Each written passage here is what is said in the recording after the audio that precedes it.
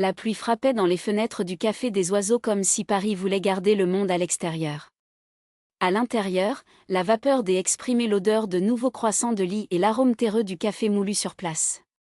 Ce fut l'un de ces jours où la ville a respiré la mélancolie, et les clients, enveloppés dans des manteaux humides, ont cherché refuge entre les pages des livres ou dans des conversations murmurées. Mais aucune de ces âmes distraites n'a remarqué la fille derrière le comptoir, dont les doigts agiles dansaient entre des tasses et des plateaux comme ses yeux, verts comme la mousse après la pluie, ont tout regardé avec une attention qui semblait garder des secrets. Clara Deschamps était 24 ans, les cheveux bruns toujours coincés dans un chignon mal aligné et un sourire qui n'est apparu que lorsqu'elle pensait que personne ne regardait. Fille de quelques immigrants portugais qui ont travaillé pour le café il y a 2 décennies, elle a grandi entre les grains de café et les comptes à payer, apprenant tôt que la vie n'était pas faite de rêves, mais de sacrifices silencieux. Jusqu'à, l'après-midi d'octobre, une femme est entrée dans le Café des Oiseaux et que tout change. Élise de Montclair n'était pas le type de personne qui est passée inaperçue. Son trench beige impeccablement ajusté contraste avec l'humidité de la journée, et ses talons hauts résonnaient sur le plancher en bois comme une déclaration. Les cheveux blonds, attachés dans un chignon bas, amélioraient la ligne claire de son menton et ses lèvres peintes avec un rouge foncé, presque arrogant. Lorsque ses yeux bleus, froids comme l'hiver russe, ont dit les légendes, ils se sont installés à Clara, c'était comme si le temps s'arrêtait. Un café noir. Sans sucre, a déclaré Élise, la voix basse mais ferme, avec un accent que Clara ne pouvait pas identifier immédiatement. Quelque chose parmi le français cultivé et une trace de quelque chose de plus loin, peut-être esclavé. Clara hocha la tête, mais ses mains flottèrent légèrement alors qu'elle ramassait sa tasse. Il y avait quelque chose dans ses yeux, une ombre de quelque chose qui n'était pas seulement l'autorité mais aussi la solitude. Quand il a remis le café, ses doigts ont brossé une seconde et Élise n'est pas revenue. Au contraire, ses lèvres s'inclinaient dans quelque chose qui n'était pas un sourire, mais presque une reconnaissance. « Êtes-vous nouveau ici ?» demanda Élise, même si elle ne savait pas. Elle était au café depuis des semaines, toujours en même temps, toujours seule, à regarder. « Non, madame, répondit Clara, séchant ses mains sur son tablier. « Je ne suis pas généralement notée. » Élise a pris une gorgée de café, ses yeux ne quittent jamais celui de Clara. C'est un crime. Et donc ça a commencé. Dans les jours suivants, Élise était toujours assise au même endroit, une table près de la fenêtre, où elle pouvait voir la rue, discrètement, claire. Ils ont échangé des regards, des mots courts, contenaient des sourires. Jusqu'à un après-midi, lorsque le café était vide, Élise a brisé le protocole. « Vous ne demandez jamais qui je suis ?» a-t-il dit, tandis que Clara nettoyait la table à côté. « Ce n'est pas mon affaire », a déclaré Clara, sans le lever les yeux. « Mais vous voulez savoir. » Clara la regarda finalement. « Tout le monde ici sait qui vous êtes. Élise de Montclair. Héritière des hôtels Montclair. La femme la plus puissante du Marais. » Élise a ri, un son bas et inattendu. « Et que savez-vous le plus ? Que vous ne souriez à personne. Qui a un appartement en place des Vosges et n'est jamais vu avec la même personne 2 fois. » « Jusqu'à présent, murmura Élise. Clara sentit la chaleur monter le cou. « Que voulez-vous de moi ?» Élise se pencha légèrement en avant. « Que tu m'appelles par mon nom. Pas de « madame », pas de formalité. Et si je ne veux pas ? Donc, vous êtes la première personne depuis des années qui me dit non, sourit Élise, et cette fois, c'était authentique. Et cela m'intrigue encore plus. Clara n'a pas résisté. Cette nuit-là, quand il a fermé le café, il a trouvé Élise en attendant dehors, sous la lumière jaune du poteau. « Marchons, dit Élise, offrant son bras. Et ils ont marché. À travers les rues humides de Paris, sous la lumière tremblante des lampes, parlant de tout et rien. Élise a parlé de son enfance entre les hôtels de luxe et les pensionnats suisses, sur la pression de porter un nom de famille qui pesait plus que les diamants. Clara a parlé des rêves qu'elle a enterrés pour aider ses parents, des nuits où elle a lu la poésie cachée dans le sous-sol du café, rêvant d'un monde au-delà de ces 4 murs. « Vous êtes la personne la plus honnête que j'ai jamais rencontrée, » a déclaré Élise, s'arrêtant devant un pont sur Seine. « Et c'est dangereux. » « Pourquoi ? » « Parce que ça me donne envie de choses que je ne peux pas avoir. » Clara a regardé. Aux eaux sombres de la rivière. Et qu'est-ce que tu... Élise, tu veux? Élise se tourna vers elle et, pour la première fois, Clara a vu la vulnérabilité dans ses yeux. Toi. Le mot s'est arrêté dans l'air comme une promesse. Ou une menace. Mais le destin, comme toujours, avait d'autres plans. Une semaine plus tard, Clara est arrivée au café et a trouvé ses parents en larmes. Le banc avait nié le prêt qui empêcherait l'oiseau ouvert. Ils avaient 30 jours pour quitter les lieux. Nous ne pouvons pas tout perdre, cria sa mère, ses mains tremblantes tenant une tasse de thé froid. Clara a senti le sol disparaître. Elle connaissait chaque craquette de cet endroit, chaque odeur, chaque histoire. Je ne pouvais pas le laisser se terminer. Cette nuit-là, il est allé à l'appartement d'Élise sans avertissement. Le portier, la reconnaissant des visites discrètes, la laisse passer. Élise ouvrit la porte avec une expression surprise, mais bientôt son visage s'adoucit. Ce qui s'est passé? Clara a tout dit, les mots passant. Quand il a terminé, Élise n'a rien dit. Il a juste pris sa main et l'a emmenée sur le balcon, d'où la ville éclairée a été vue. Je peux aider, dit enfin Élise. Je peux acheter le café. Transformez-le en quelque chose de plus grand, tenez-vous dans la famille. Clara s'est retirée. Je ne veux pas de votre charité. Ce n'est pas une charité. C'est un investissement. Et, Élise a hésité, un moyen de vous garder près. Et si je ne veux pas être une dette dans votre vie? Élise tenait son visage avec les deux mains, ses pouces caressant ses joues. Vous ne seriez jamais une dette. Vous êtes la seule chose qui a du sens. Clara ferma les yeux, sentant le poids de cette vérité. Et si je dis que je ne peux pas l'accepter? Je vais donc respecter. Mais sachez que pour la première fois de ma vie, je demande quelque chose pour moi. Pas à mon nom, pas à mon empire. Pour moi. Élise n'avait jamais rien demandé pour elle-même. Il a toujours été l'héritière, l'exécutif, la femme de glace. Mais là, devant Clara, elle n'était qu'une femme passionnée, disposée à s'agenouiller si nécessaire. Clara prit une profonde inspiration. J'ai une condition. Rien. Puissiez-vous me laisser rembourser? Pas avec de l'argent. Avec le temps. Élise a souri, et cette fois, c'était comme le soleil après la tempête. Le temps est tout ce que je veux avec vous. Le lendemain, Élise a acheté le café au nom de Clara, à condition qu'elle l'ait géré. Mais ce n'est pas tout. Elle a également révélé un secret qu'elle avait gardé il y a des années, son vrai nom de famille n'était pas Moncler. C'était Petrovna. Sa famille, d'origine russe, avait tout perdu dans la Révolution, et son grand-père avait reconstruit l'Empire avec le sang et l'ambition. Élise a porté cet héritage comme armor, mais avec Clara, elle voulait être libre. Je n'ai pas besoin d'être l'héritière parfaite avec vous, a déclaré Élise en aidant Clara à réorganiser les étagères de café. Je veux juste être moi. Et donc, parmi les tasses de café et des regards volés, ils ont reconstruit non seulement le café des oiseaux, mais aussi eux-mêmes. Clara a ramené la poésie qu'elle a cachée pendant des années, organisant des nuits de lecture au café. Élise, à son tour, a appris à sourire sans calcul, à rire sans crainte. Jusqu'à ce que, un après-midi de printemps, lorsque les fleurs couvraient déjà les trottoirs de Paris, Élise est arrivée avec une clé dans sa main. « Qu'est-ce que c'est ?» demanda Clara, essuyant ses mains sur son tablier.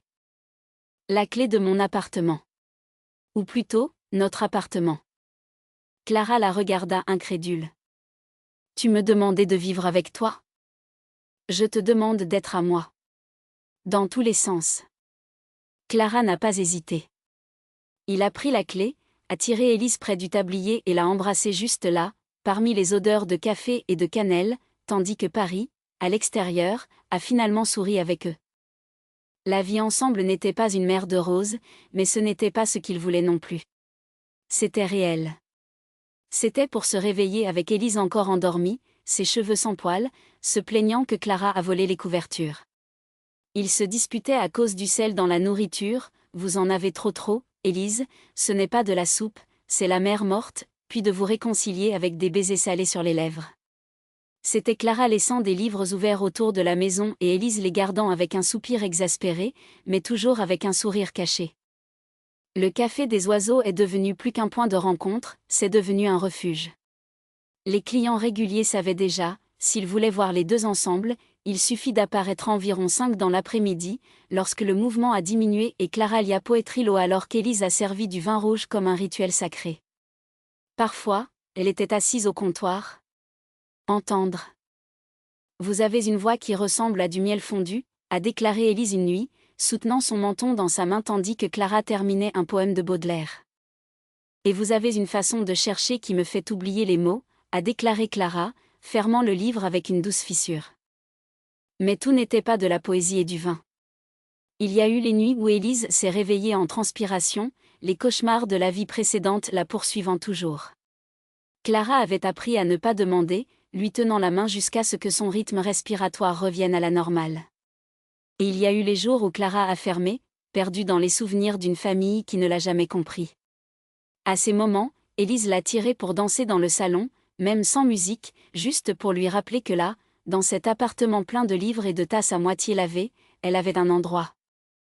Jusqu'à ce que, un dimanche pluvieux, alors que le café était fermé et qu'ils avaient du thé à la camomille sur le porche, Élise a rompu le silence d'une manière que Clara ne s'attendait pas. « Je veux te montrer quelque chose. » « Quoi ?» Clara haussa un sourcil, curieux. Élise n'a pas répondu. Au lieu de cela, il l'a emmenée dans la chambre et a ouvert le placard. Là, cachée derrière les manteaux qu'il portait presque, il y avait une boîte en bois foncé avec des détails en bronze. Clara ne l'avait jamais vue auparavant. Qu'est-ce que c'est ? Souvenir. Et une promesse. Élise a ouvert la boîte avec soin. À l'intérieur se trouvaient de vieilles photos, des cartes jaunâtres et une petite bouteille de parfum presque vide. Clara a immédiatement reconnu l'odeur, c'était la même chose qu'Élise portait la première fois qu'ils se sont rencontrés, celui qui lui a fait tourner le visage dans la foule. Ma mère l'a gardée, a expliqué Élise, passant ses doigts sur une photo fanée d'une femme élégante, avec un sourire triste. Elle aimait aussi une femme, tu sais ? En secret, comme tout le monde à l'époque. Mais elle m'a dit une fois, avant sa mort, que son plus grand regret n'était pas de vivre cet amour sans crainte.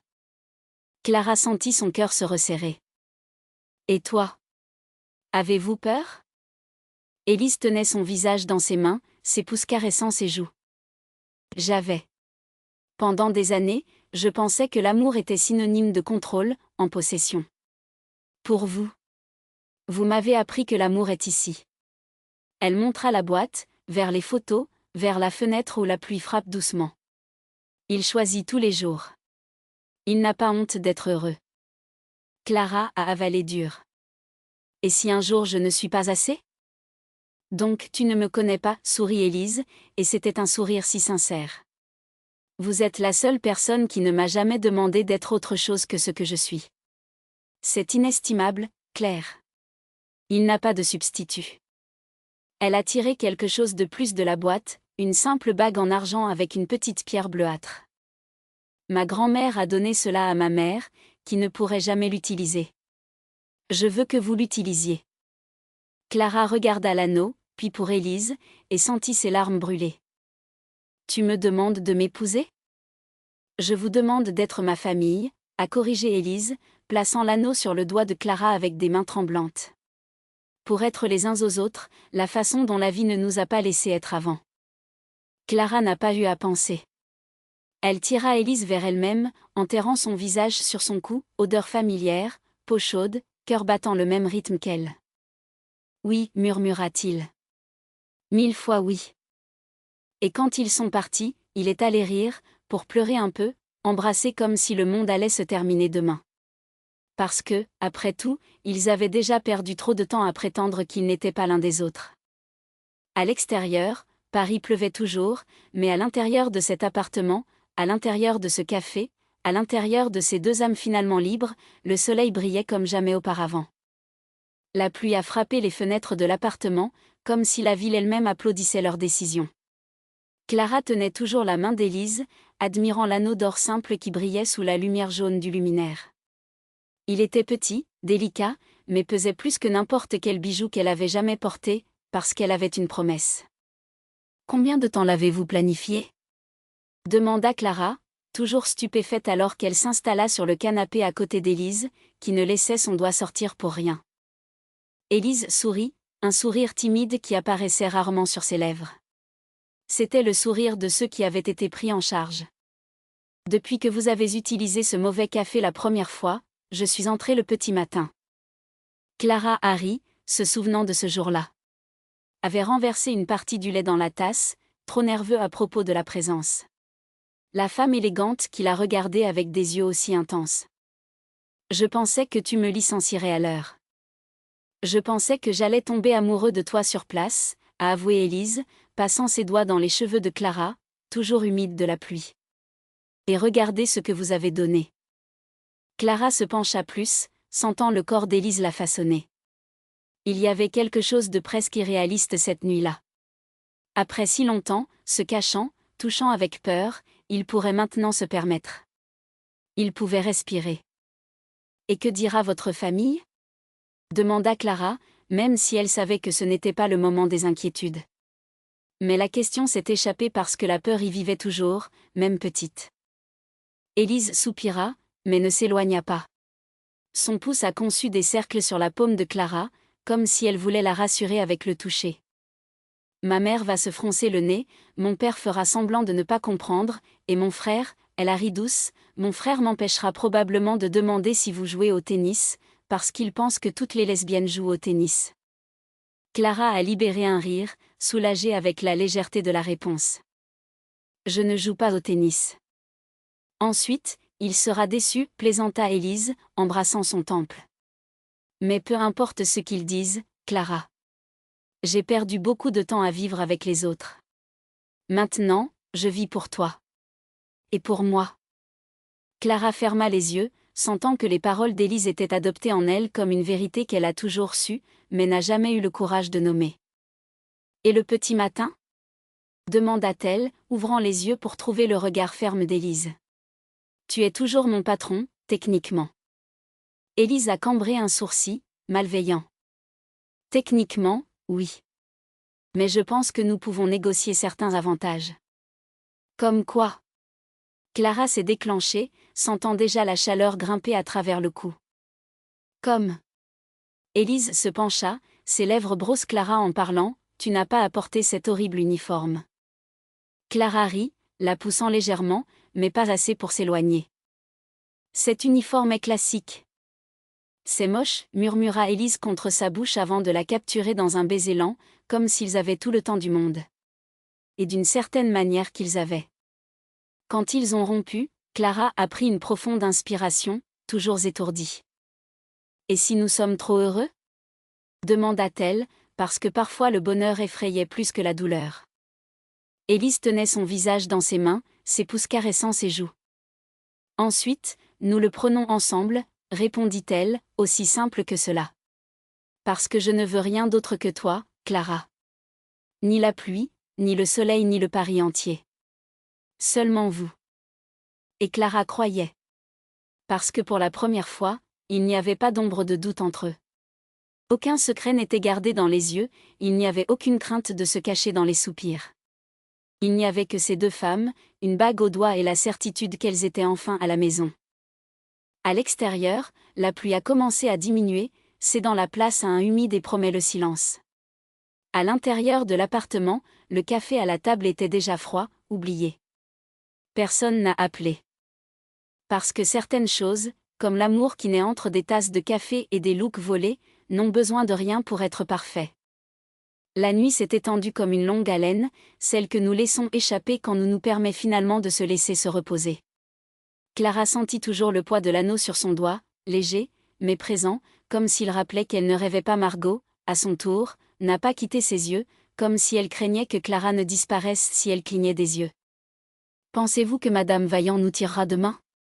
demanda soudain Clara, rompant le silence. La question est apparue davantage comme un rire nerveux, mais il y avait une véritable préoccupation là-bas. Margot a cambré un sourcil, amusant. « Après tout ce qui s'est passé aujourd'hui ? Je doute. » Elle doit être plus occupée à comprendre comment 2 de ses employés les plus discrets sont devenus les personnes les plus intéressantes de Paris. Clara se mordit la lèvre, essayant de contenir le sourire. Nous ne sommes pas intéressants, Margot. Nous sommes, elle a cherché le bon mot, un cliché de marche. Serveuse et madame. Le café renversé, le regard, le baiser volé à l'arrière du restaurant.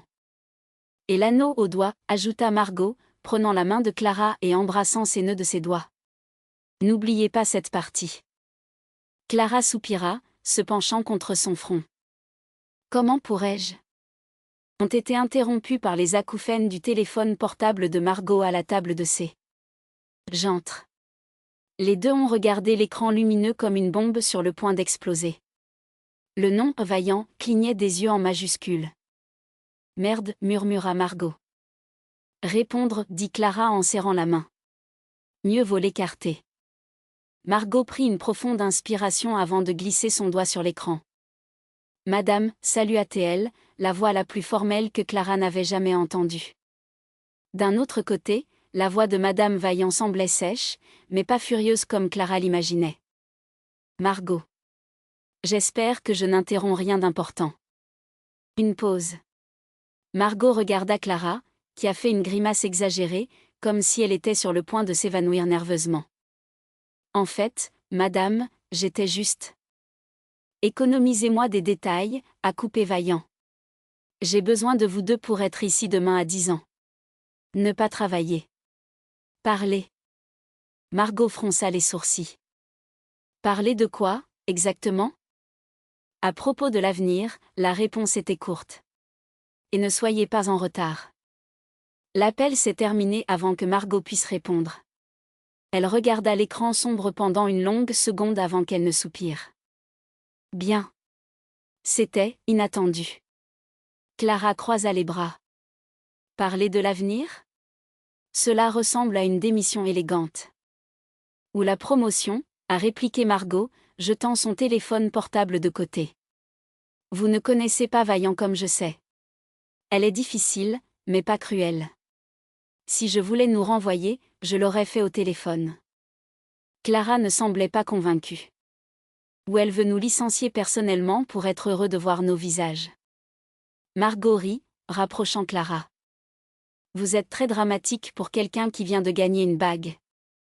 Et vous êtes très optimiste pour quelqu'un qui vient d'être convoqué par le patron à 10 heures du matin. Croyez-moi, chuchota Margot, embrassant son front. S'il s'agit de démission, nous ouvrons notre propre café.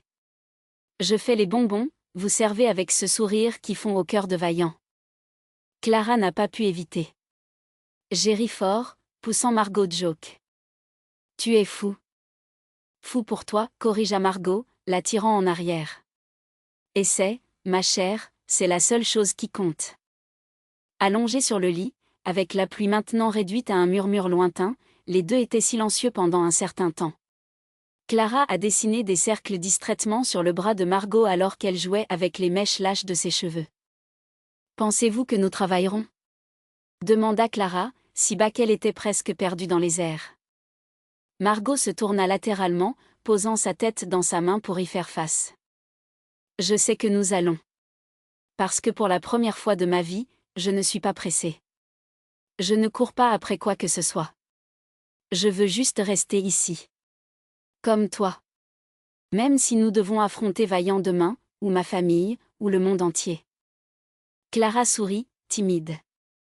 Parfois, je pense toujours que c'est un rêve. Que je me réveillerai et que vous serez de l'autre côté du comptoir, en me regardant comme si j'étais juste un autre client. Margot secoua sérieusement la tête. Vous n'avez jamais été un autre client, Claire.